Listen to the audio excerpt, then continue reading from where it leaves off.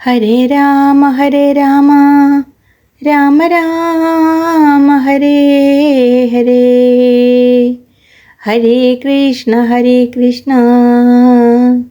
കൃഷ്ണ കൃഷ്ണ ഹരേ ഹരേ. കൃഷ്ണാർച്ചനയിലേക്ക് എല്ലാവർക്കും സ്വാഗതം.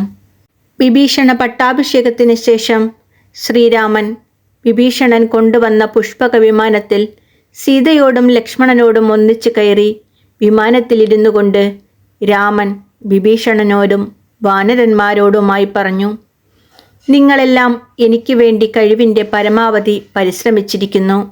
ഇനി ഞാൻ അനുവാദം തരുന്നു. നിങ്ങൾ ഓരോരുത്തർക്കും അവനവന് ഇഷ്ടപ്പെട്ട സ്ഥലങ്ങളിലേക്ക് പോകാം. സുഗ്രീവ, അങ്ങ് വാനര സൈന്യത്തോടൊന്നിച്ച് കിഷ്കിന്ധയിലേക്ക് പൊയ്ക്കൊള്ളൂ. വിഭീഷണ, അങ്ങ് ഈ ലങ്കയിൽ രാജാവായി വാഴൂ. ഇന്ദ്രനുൾപ്പെടെയുള്ള ദേവന്മാർക്ക് പോലും അങ്ങേക്ക് അഹിതമായി ഒന്നും ചെയ്യില്ല. ഞാനിനി എൻ്റെ അച്ഛൻ്റെ രാജധാനിയിലേക്ക് പോകാൻ ആഗ്രഹിക്കുന്നു.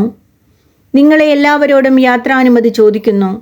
ഇങ്ങനെ രാമൻ പറഞ്ഞപ്പോൾ വാനരന്മാരും വിഭീഷണനും തൊഴുതുകൊണ്ട് പറഞ്ഞു: രഘുത്തമ, അങ്ങയോടൊന്നിച്ച് ഞങ്ങൾക്കും അയോധ്യയിലേക്ക് വന്നാൽ കൊള്ളാമെന്നുണ്ട്.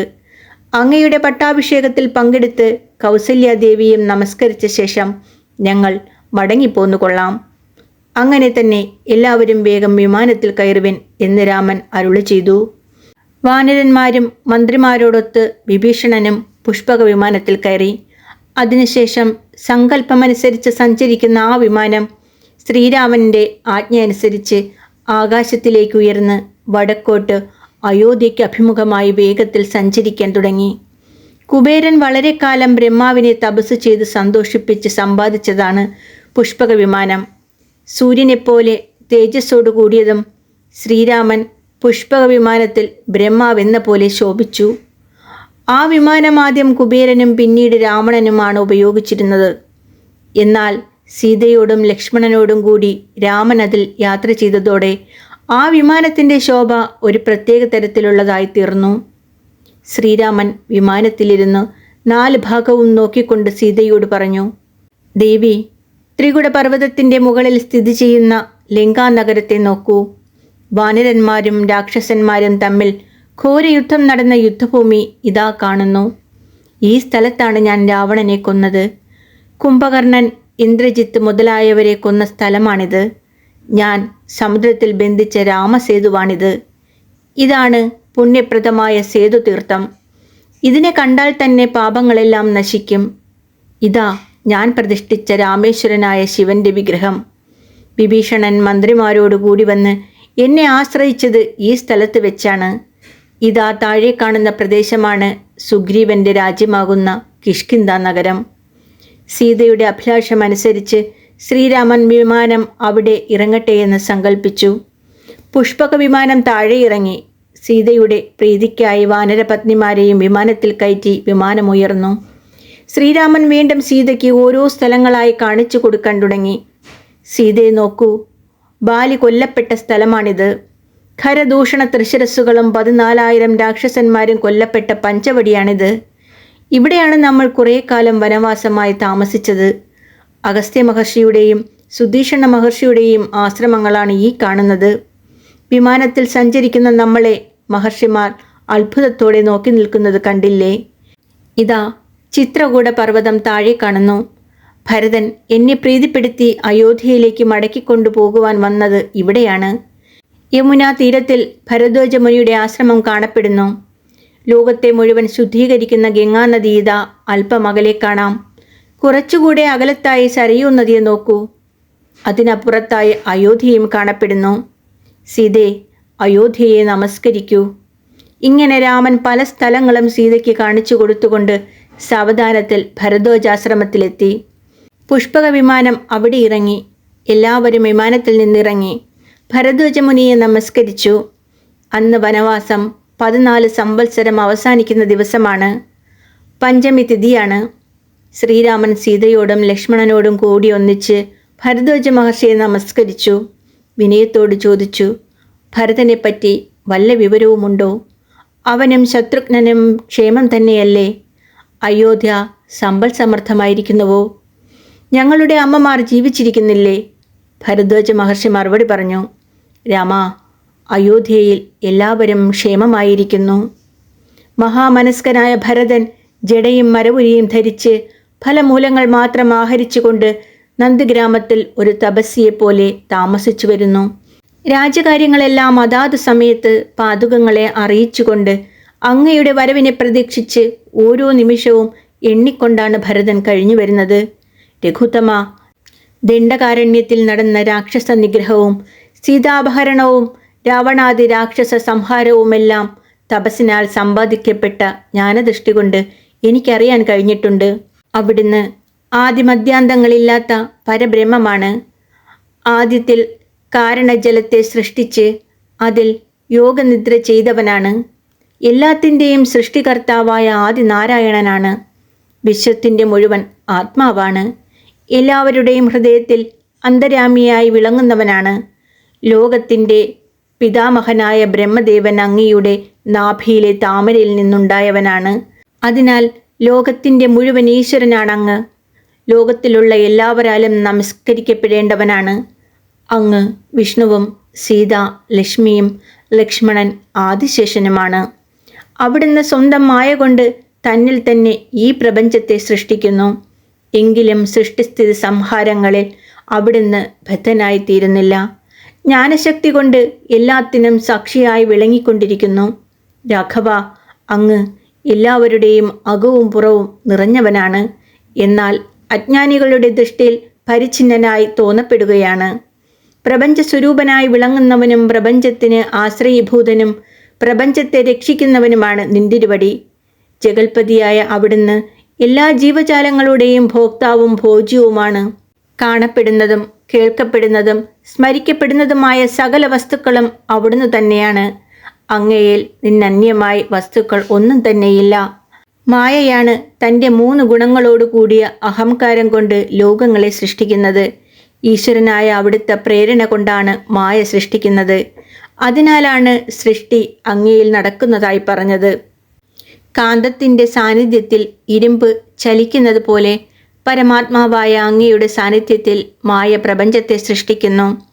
സ്വതേ ശരീരമില്ലാത്തവനായ അങ്ങയുടെ സ്ഥൂലവും സൂക്ഷ്മവും ശരീരങ്ങളാണ് പ്രപഞ്ചരക്ഷ നിർവഹിക്കുന്നത്. സ്ഥൂല ശരീരവും സൂക്ഷ്മ ശരീരവും മായ കൊണ്ട് പരമാത്മാവായ അങ്ങയിൽ ആരോപിതമാണ്. സ്ഥൂല ശരീരത്തെ വിരാട് പുരുഷനെന്നും സൂക്ഷ്മ ശരീരത്തെ സൂത്രാത്മാവെന്നും പറയപ്പെടുന്നു. അങ്ങയുടെ വിരാട് സ്വരൂപത്തിൽ നിന്നാണ് ആയിരക്കണക്കിന് അവതാരങ്ങൾ സംഭവിക്കുന്നത്. അവതാര പ്രയോജനം സാധിച്ചു കഴിഞ്ഞാൽ ആ സ്വരൂപങ്ങൾ വിരാട് പുരുഷനായ അങ്ങയെ ലയിക്കുകയും ചെയ്യുന്നു. അങ്ങയുടെ അവതാര ലീലകളെ ഏകാഗ്ര മനസ്സോടെ കേൾക്കുകയും കീർത്തിക്കുകയും ചെയ്യുന്നവർ സംസാരബന്ധത്തിൽ നിന്നും മുക്തരായിത്തീരും. രാഘവ, പണ്ട് ഭൂമിയുടെ ഭാരം നശിപ്പിക്കാനായി ബ്രഹ്മദേവൻ അപേക്ഷിച്ചതനുസരിച്ചാണല്ലോ അങ്ങ് രഘുവംശത്തിൽ അവതരിച്ചിരിക്കുന്നത്. മറ്റാർക്കും ചെയ്യാൻ കഴിയാത്ത ദേവകാര്യം മുഴുവൻ അങ്ങ് ചെയ്തു കഴിഞ്ഞിരിക്കുന്നു. ഇനിയും അനേകായിരം വർഷങ്ങൾ ഭൂമിയിൽ താമസിച്ച് ഭൂലോകത്തിനും സ്വർഗത്തിനും ക്ഷേമകരങ്ങളായ പ്രവർത്തികൾ ചെയ്ത് പാപഹരമായ കീർത്തി കൊണ്ടവിടുന്ന് ലോകത്തെ നിറച്ചാലും. ജഗത്തിൻ്റെ മുഴുവൻ നാഥനായ ഭഗവാനെ, എൻ്റെ പർണശാലയെ പവിത്രമാക്കി തീർത്താലും പരിവാരങ്ങളോടൊന്നിച്ച് ഇന്നിവിടെ താമസിച്ച് നാളെ അയോധ്യയിലേക്ക് പോകാം. അങ്ങനെയാവാമെന്ന് സമ്മതിച്ച് രാമൻ ലക്ഷ്മണനോടും സീതയോടും സുഗ്രീവൻ മുതലായ വാനരന്മാരോടും വിഭീഷണനോടും കൂടി അന്ന് ഭരദ്വാജാശ്രമത്തിൽ താമസിച്ചു. ഭരദ്വാജ മഹർഷി എല്ലാവരെയും അതിഥി സൽക്കാരം കൊണ്ട് പൂജിച്ചു.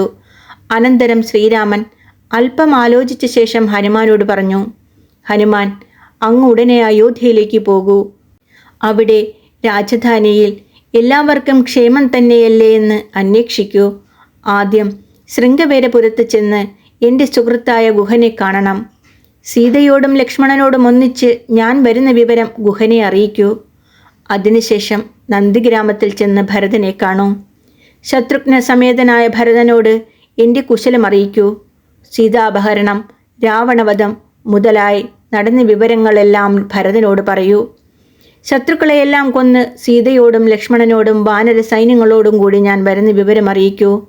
അപ്പോൾ ഭരതൻ്റെ ഭാവവും പ്രവൃത്തികളും അറിഞ്ഞ് വേഗം മടങ്ങി വന്ന് എന്നോട് വിവരങ്ങൾ പറയൂ. അങ്ങനെയാവാമെന്ന് പറഞ്ഞ് ഹനുമാൻ മനുഷ്യവേഷം സ്വീകരിച്ച് ഗരുഡനെപ്പോലെ വേഗത്തിൽ അയോധ്യയിലേക്ക് പുറപ്പെട്ടു. ആദ്യമായി ഹനുമാൻ ശൃംഗവേരപുരത്തിൽ ചെന്ന് ഗുഹനെ കണ്ടു. സന്തോഷത്തോടെ ഗുഹനോട് പറഞ്ഞു, അങ്ങയുടെ സ്നേഹിതനായ ദാശരഥി രാമൻ സീതയോടും ലക്ഷ്മണനോടും കൂടി അങ്ങയോട് ക്ഷേമാന്വേഷണം ചെയ്യുന്നു. ഇപ്പോൾ ഭരദ്വാജാശ്രമത്തിൽ എത്തിയിരിക്കുന്നു അദ്ദേഹം. മുനിയുടെ അനുവാദത്തോടെ നാളെ അയോധ്യയിലേക്ക് മടങ്ങി വരും. അങ്ങേക്ക് സുഹൃത്തായ അദ്ദേഹത്തെ അയോധ്യയിൽ ചെന്നു കാണാം.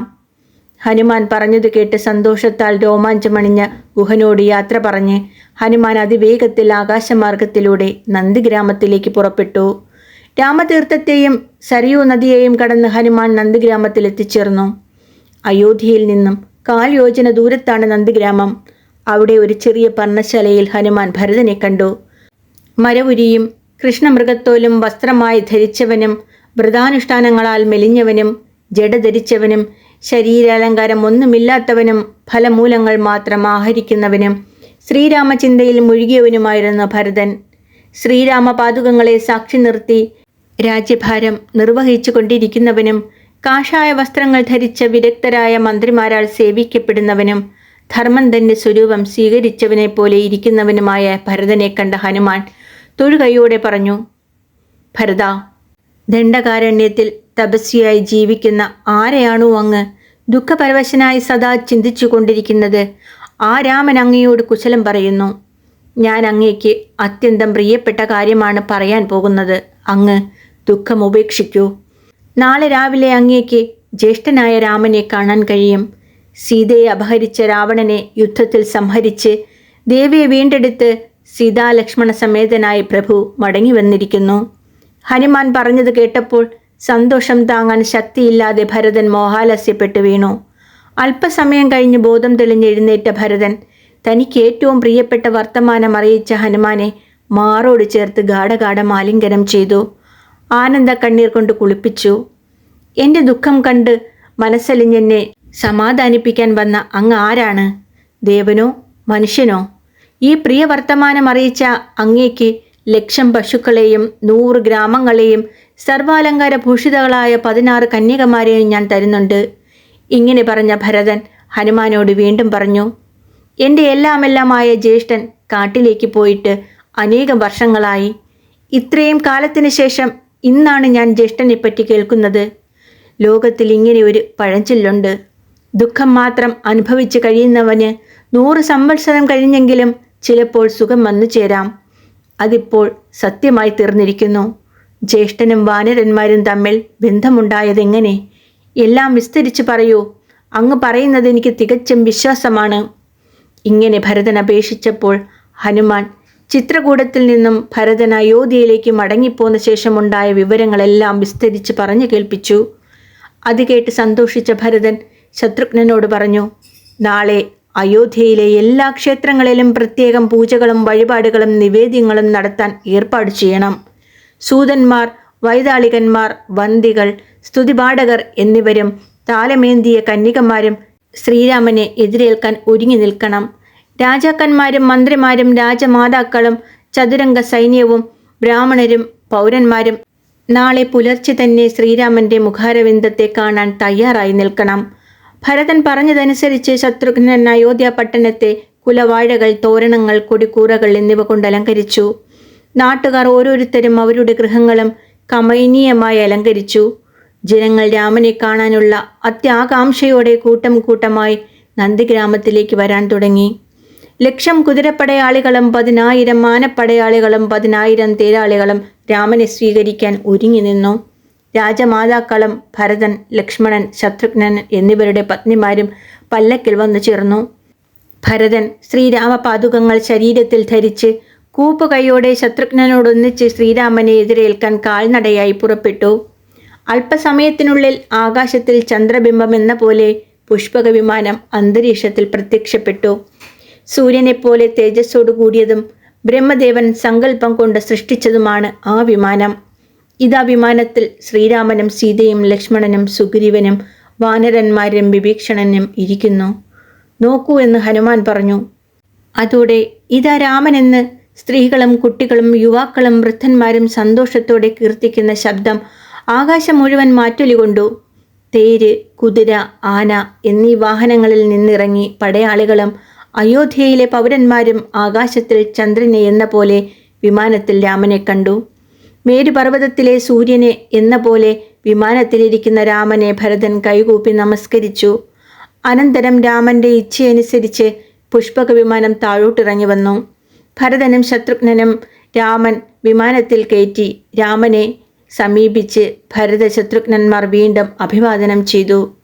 വളരെ കാലത്തിന് ശേഷം കാണുന്ന ഭരതനെ വാരിയെടുത്ത് മടിയിലിരുത്തി രാമൻ ഗാഢം ആലിംഗനം ചെയ്തു. അനന്തരം ഭരതൻ സീതയെ നമസ്കരിച്ചു. ലക്ഷ്മണനോട് കുശലം പ്രശ്നം ചെയ്തു. സുഗ്രീവൻ, ജാംബവാൻ, അംഗദൻ, മൈന്ദൻ, ദിവിദൻ, നീലൻ, ഋഷഭൻ, സുഷേണൻ, നളൻ, ഗവയൻ, ഗന്ധമാദനൻ, ശരഭൻ, പനസൻ എന്നീ വാനരന്മാരെ ഭരതൻ ആലിംഗനം ചെയ്തു. വാനരന്മാരെല്ലാം മനുഷ്യസ്വരൂപം സ്വീകരിച്ച് ഭരതനോട് ക്ഷേമാന്വേഷണം ചെയ്തു. അനന്തരം സുഗ്രീവനെ സ്നേഹപൂർവ്വം ആലിംഗനം ചെയ്ത് ഭരതൻ പറഞ്ഞു, അങ്ങയുടെ സഹായത്താലാണ് രാമന് രാവണനെ കൊല്ലാനും യുദ്ധത്തിൽ ജയിക്കാനും കഴിഞ്ഞത്. സുഗ്രീവ, അങ്ങ് ഞങ്ങൾ 4 സഹോദരന്മാരുടെയും സഹോദരനാണ്. ശത്രുഘ്നനും രാമനെ നമസ്കരിച്ചു. ലക്ഷ്മണനെയും സീതയെയും അഭിവാദനം ചെയ്തു. ശ്രീരാമൻ അമ്മയെ നമസ്കരിച്ചു. കൗസല്യ 14 കൊല്ലക്കാലത്തെ പുത്രവിരഹം കൊണ്ട് വിളറിയവളും ദുഃഖസംതപ്തയുമായിരുന്നു. രാമൻ അമ്മയെ സമാശ്വസിപ്പിച്ചു. അനന്തരം കൈകേയിയെയും സുമിത്രയെയും നമസ്കരിച്ചു. 14 കൊല്ലമായി താൻ പൂജിച്ചു വന്ന പാദുകങ്ങളെ ഭരതൻ ഭക്തിയോടെ രാമന്റെ കാലിൽ അണിയിപ്പിച്ചു. എന്നെ സൂക്ഷിക്കാൻ ചുമതലയേൽപ്പിച്ച രാജ്യം ഇതാ ഞാൻ തിരികെ സമർപ്പിക്കുന്നു. ഇന്നാണ് എൻ്റെ ജന്മം സഫലമായത്. അങ്ങയെ അയോധ്യയിലേക്ക് തിരിച്ചു കൊണ്ടുവരണമെന്ന എൻ്റെ മനോരഥം ഇന്നാണ് സാധിച്ചത്. ധാന്യപ്പുരകൾ, ഭണ്ഡാരങ്ങൾ, സൈന്യങ്ങൾ എന്നിവയെ അങ്ങയുടെ അനുഗ്രഹത്താൽ 10 ഇരട്ടി വർദ്ധിപ്പിക്കാൻ സാധിച്ചു. ഇനി സ്വന്തം രാജ്യത്തെ പാലിച്ചാലും. ഇങ്ങനെ പറയുന്ന ഭരതനെ കണ്ട് അദ്ദേഹത്തിൻ്റെ ഉദാര മനസ്ഥിതിയെപ്പറ്റി ചിന്തിച്ച് വാനരന്മാരെല്ലാം കണ്ണീരൊഴുക്കി ഭരതനെ അത്യന്തം പ്രശംസിച്ചു.